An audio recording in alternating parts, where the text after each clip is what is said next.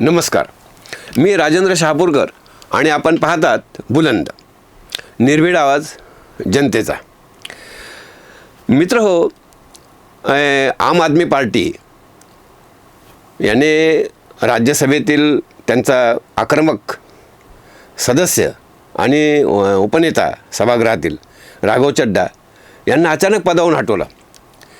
विशेष म्हणजे हे चड्डा महाशय एकेकाळी केजरीवाल यांच्या अत्यंत जवळचे होते.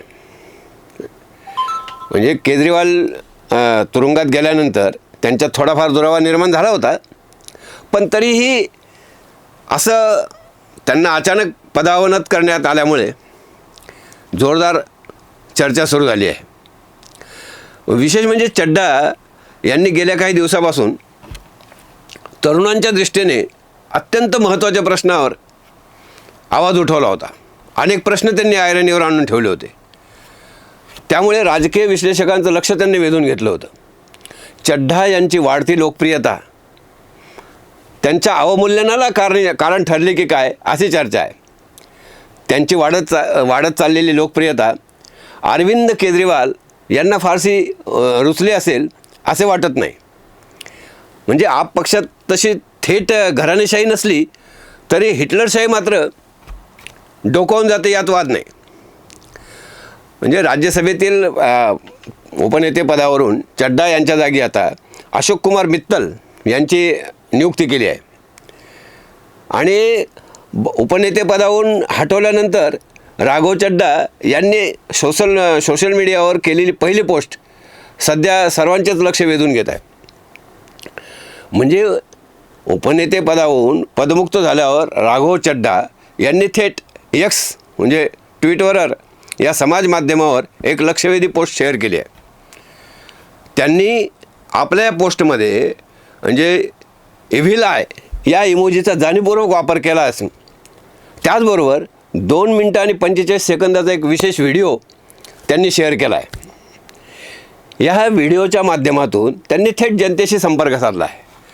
त्यांनी अलीकडे केलेल्या काळात संसदेमध्ये सर्वसामान्यांच्या आणि जनतेच्या हितासाठी उठवलेल्या आवाजाची एक खास झलक या व्हिडिओद्वारे लोकांसमोर ठेवली आहे. या व्हिडिओमध्ये त्यांनी प्रामुख्याने म्हणजे मध्यमवर्गीयावरील वाढता कराचा बोजा, मोबाईल रिचार्जमधील 28 दिवसाचा स्कॅम, इनकमिंग कॉल चार्जेस आणि डेटा एक्सपायरीच्या समस्या यासारखे म्हणजे तरुणांना आकर्षित करणारे विषय मोठ्या हिरिरीने मांडले आहे.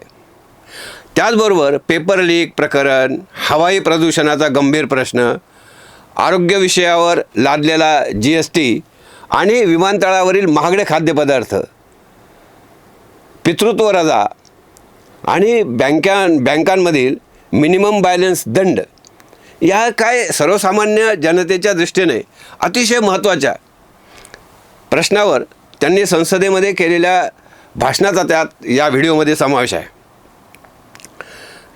दरम्यान पक्षाने ही जी म्हणजे त्यांच्या जागी जे मित्तल आले ते म्हणाले की पक्षाने दिलेली ही जी जबाबदारी आहे तर ती स्वीकारली आणि त्यांनी राघव चड्डा हे पक्षाचे ज्येष्ठ खासदार असून त्यांच्याकडून जे काही शिकायला मिळाले तेच आपण पुढे घेऊन जाऊ असं आपलं सांगायचं. आता ते सांगावंच लागतं.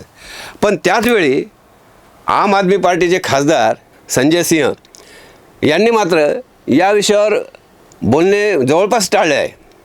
जी काही आवश्यक माहिती द्यायची होती ती राज्यसभा सचिवालयाला रितसर कळविण्यात आली आहे एवढंच ते म्हटले आणि त्यांनी तो विषय तिथंच संपवला. म्हणजे आणि केजरीवाल यांचे जे जवळचे समजले जातात, आता सध्या केजरीवाल यांच्या मर्जीतले जे समजले जातात दिल्लीच्या माजी मुख्यमंत्री आतिशी मार्लेना यांनी मात्र कालच म्हणजे जसे त्यांना पदावनत करण्यात आलं तसंच त्यांच्याविरुद्ध जोरदार आघाडी उघडली. त्याच्या पाठोपाठ काल सौरभ भारद्वाजसुद्धा चड्डा यांच्याविरुद्ध उतरले. आणि विशेष म्हणजे आता तर पंजाबचे मुख्यमंत्री भगवंत सिंग मान यांनीही आरोपाची राळ उठवली आहे चड्डा यांच्यावर. त्यामुळे आता यापुढे केजरीवाल यांचे चेले चपाटे नेहमीप्रमाणे जोरदारपणे सक्रिय होतील यात काही संशय नाही. म्हणजे तुम्हाला काय वाटतं की राघव चड्डा हे आम आदमी पार्टीचे अत्यंत तरुण आणि आक्रमक नेत्यांपैकी एक म्हणून ओळखले जातात.